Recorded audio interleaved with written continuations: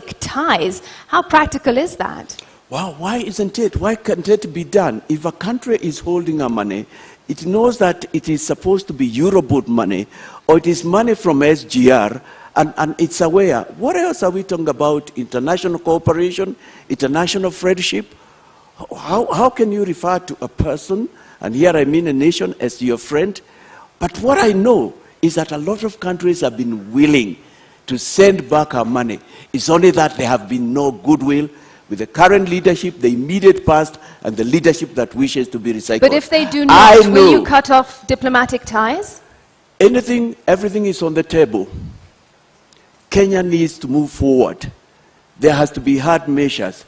But I can tell you, it won't need to get there. There's goodwill out there. There has been a cry. It's the other nations that they have even got a lot of dossier than I have of what has been done in this nation. And this has nothing to do with somebody who has worked hard and earned. It's Kenyan money, some of it which has been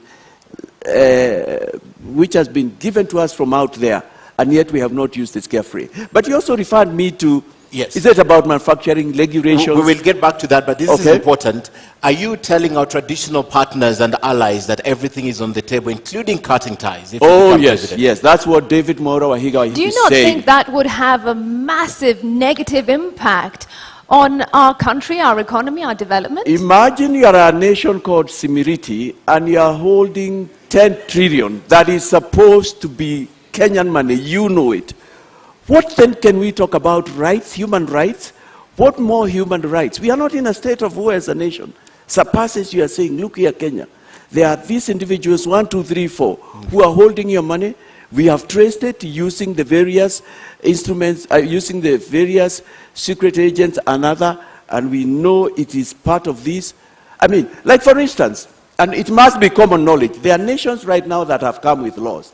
If you take money out there and you are not able to tell who it is appropriated that nation, by that nation, and used for development. Kenyan wealth is being used to develop other nations. It is immoral. It is wrong. You are not a friend of Kenya if you are using Kenyan money to develop your nation. Kenyans are suffering now. They need their money back. Bring our money back is our campaign. Whichever country it is, including the US, the United Kingdom, you're telling them tonight, you'll go for them. Oh yes, yes. Yes, everybody. You are holding our money. The nations you have mentioned have brought democracy to us. They have done a lot of good things to us. But you know what? I am telling you, 99% of them have wanted to. What we have missed in this nation is a leadership, is goodwill. It's a leadership says, let's do it. This country will not be the same 5 years down the line. This nation will be a nation where you will want to invest in. This nation has that potential. It's our time. It's our season. That's what I'm saying. I am actually passing a message to them. Take us back to the economy now. Manufacturing, regulations, and trade. Take us back there. Yes. You asked me, could those also be problems? We have to change also in a number of things in the way we do business. Granted, one could argue and say 65, maybe 70 of our regulations are good, but we can improve on them. Corruption has been a big problem. Bureaucracy has been the other problem. Very high taxation, particularly the corporate tax, has been a problem in Kenya. We've got to think twice.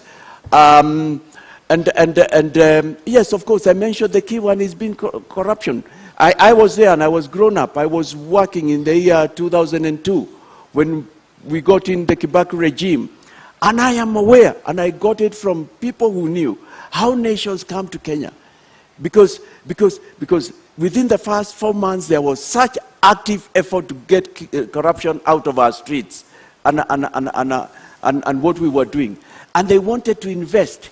I actually came to learn they were being told, no, we've had enough. We don't need you. We can't do that. But I've also heard of instances, and I'm speaking to somebody who is listening here in Kenya or out there. They have to come to Kenya, applied for tenders, won tenders on all fours, and then when they went to get there, tender acceptance letter. They were told, before you get this tender, you have one more step to step. You need to pass. You need to go and see Mr. XY said. Apparently, the information I have is that some of the people who needed to be seen, if the four of us were here, are my competitors. Though you have passed all the steps for the tender, it cannot be approved until a final step, which is not in the official, list, is approved. These are facts that are known, and people have said, how can we do this? You told us that it's above board.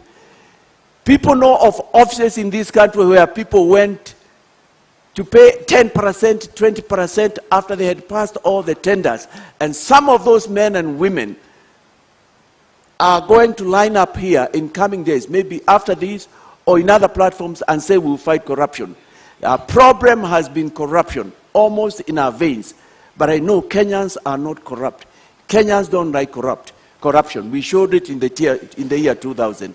So we need to improve on that. We have had problems with power, infrastructure, both energy and the infrastructure on the ground. Those are the issues that we need to discuss and we need to look into. We have had Kenyans who have gone out there or gained a lot of knowledge. They have wanted to come to Kenya and they have wanted to set up industries, manufacturing entities, to get things going. But bureaucracy, corruption, red tape has been our undoing. Is this the reason why you are advocating for making public all the contracts, starting with SGR, the expressway, the Lamu port, Naivasha dry port, Kisumu port? Is this the reason, part of the reason why? Part of the reason, but the other reason, Ken, is that there is no way we can fight future corruption unless we do with the current and the past.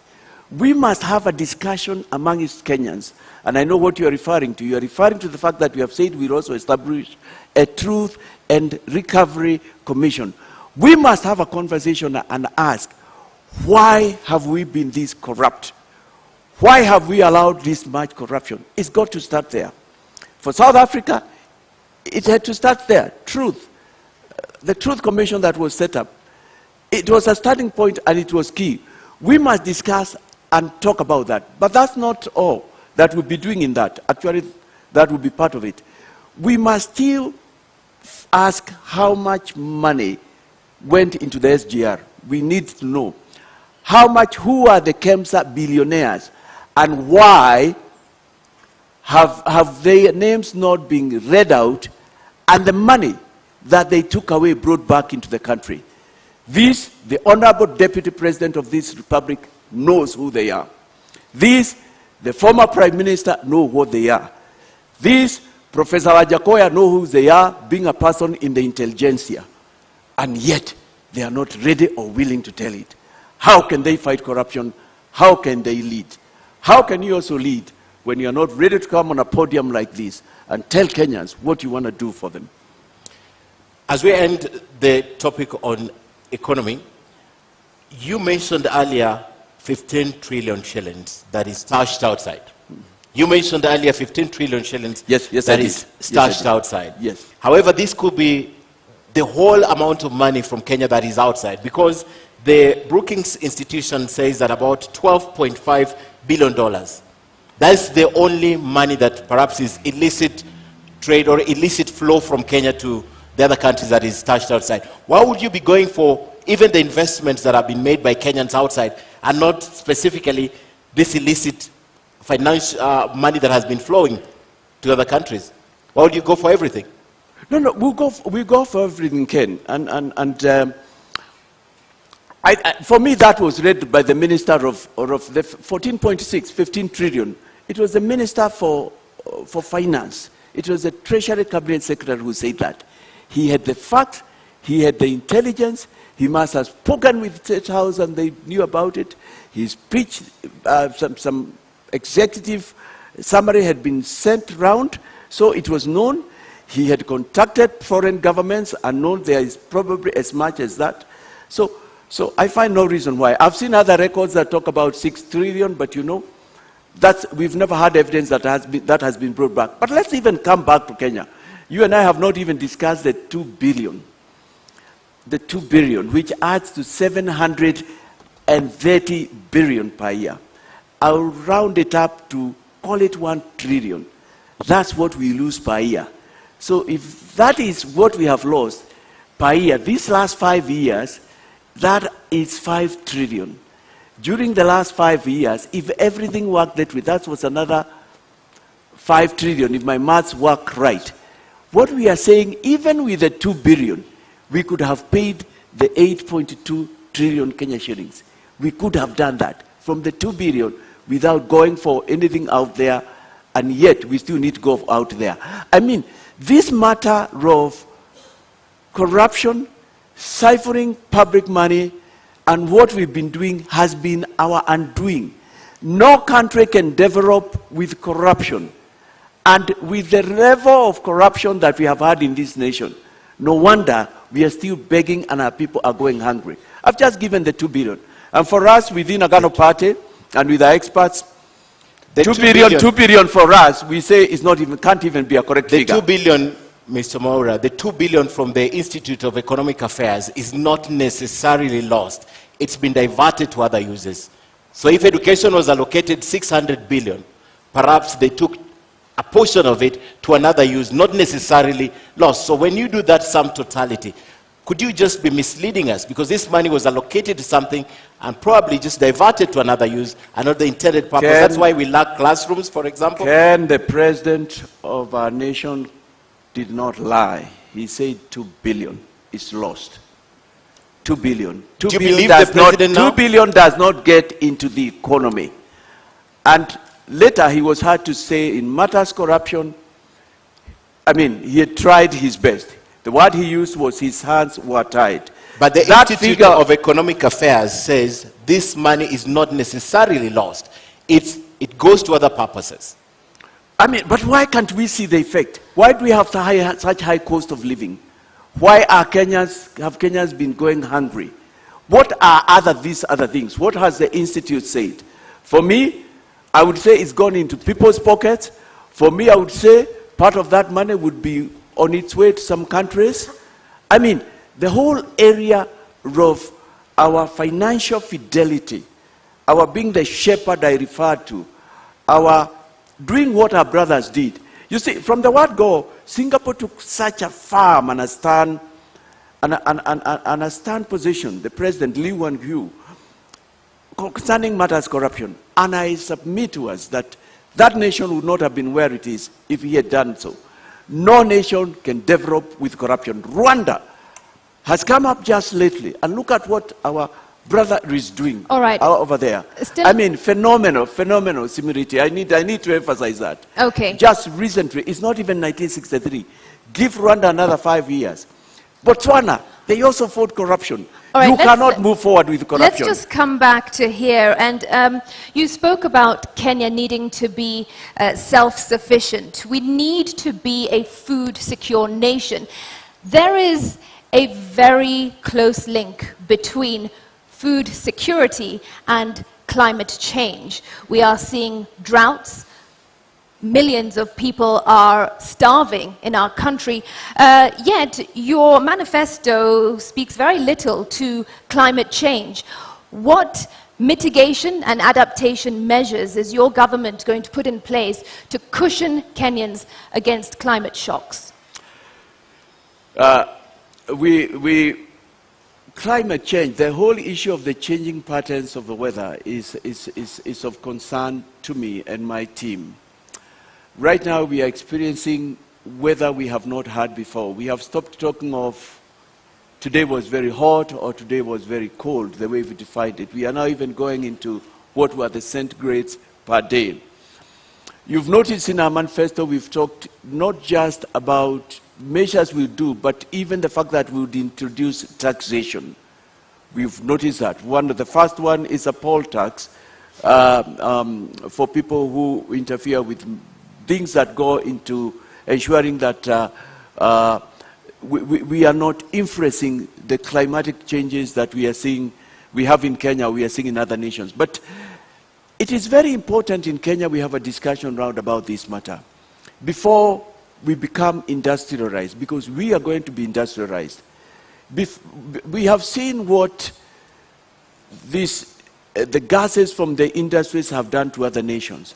And we don't have to wait to get there for us to deal with that situation. So how are you going to deal with it? The things I have in mind is, it A is reminder time. to our audience, please, as Sorry. per the debate rules, no cheering, jeering, or noise. Do continue. Yes, sorry, come again. What was that? My question is how? Let me give how you- are you going to ensure Kenyans remain food secure vis-à-vis climate change? What measures does We your must government bring have to education, put in that's number place? one. We must tell Kenyans that our rivers are important, our forests are important, our mountains are important.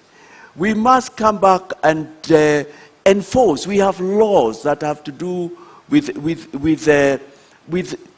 things that affect climate. But right now, you know, we have cut down about half the trees in Kenya. We must find ways of preserving our water. Kenya is very watered, but all the water goes to the ocean. We must come back even to a city like Nairobi and ask, why did we allow this building to be built next to a river?